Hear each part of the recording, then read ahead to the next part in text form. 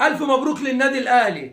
النهارده النادي الأهلي أثبت لأفريقيا إن الأهلي غير أفريقيا. الأهلي غزا أفريقيا كلها.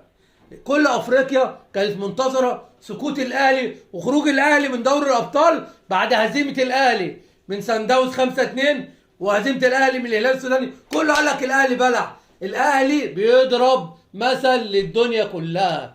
الأهلي خلاص، الأهلي عاد. إحنا في عصر الأهلي. احنا في عصر الاهلي يا جماعه.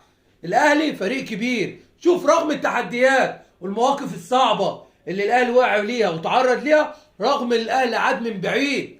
وهو دي ميزه البطل. فريق بطل، فريق واخد على البطولات، فريق عنده اداره محترمه كلها ثقه في نفسها. اداره مش كل شويه تجعجع وتشتم وتغلط في الناس. اداره ملتزمه، اداره تعمل لصالح النادي، مش اداره تعمل ضد النادي. في فرق بين تعمل عشان خاطر النادي بتاعها اسمه يكبر واسمه يوصل للعالميه، واداره بتعمل عشان خاطر نادي ينزل من المركز الثاني للمركز السادس والسابع ويخسر في جميع البطولات، السله والطايره واليد. كل الكلام ده احنا عارفينه.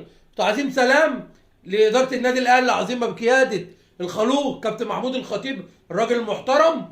تعظيم سلام للاعيبه الاهلي الرجاله اللي اثبتوا النهارده اللي هم من معدن رجاله بيلعبوا في نادي كبير. نادي التيشيرت بتاعه ده اسمه لوحده كفايه. النادي الاهلي وجمهور الاهلي العظيم اللي كان منور الاستاد، اللي كان بيشجع من اول دقيقه في المباراه. وبقول لنادي الرجاء شرفتونا، وانا بعتب على المدير الفني بتاعكم اللي قال لك احنا جايين نتفسح في القاهره. اهو تعالى فسحك الاهلي مرجعك.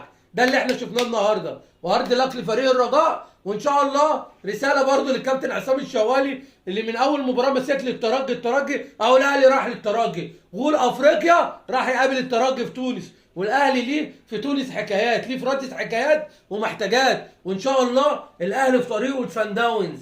احنا في طريقنا لسان داونز.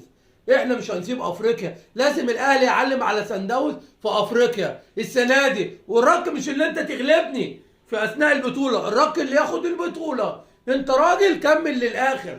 هو ده اللي احنا نعرفه، وهو ده العرف اللي احنا اتربينا عليه. راجل كمل للاخر. واحنا عايزين سان داونز.